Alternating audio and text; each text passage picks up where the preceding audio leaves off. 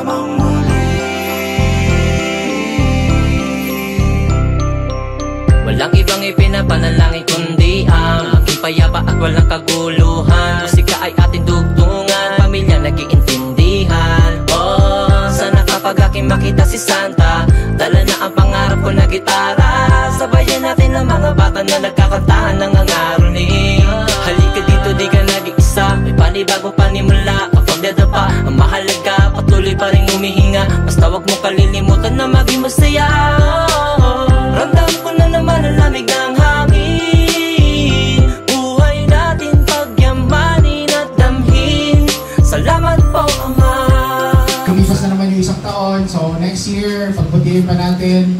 Thank you sa lahat ng pagtsatsaga natin sa team, sa mga request namin sa site. Kung ngayong Pasko, biyaya'y maranasan mo. Bawat araw, iba-ibang sitwasyon ang inaharap. Pagod, pawis, puyat, sakripisyo ang nagpapalala sa ating mga pangarap natin sa sarili at sa pamilya.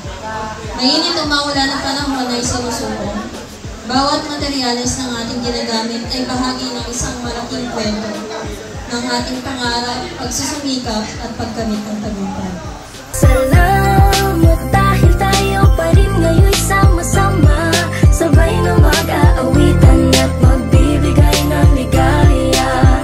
Okay, bilis, Pasko na namang muli. Napakaswerte ng mga bago kasi 2 years kaming walang ganito. Nagsimula lang to last year. Lahat ng sponsor, yung Meralco, yung mga kliyente natin, yung mga binigay sa inyo, galing yung iba dyan sa kliyente.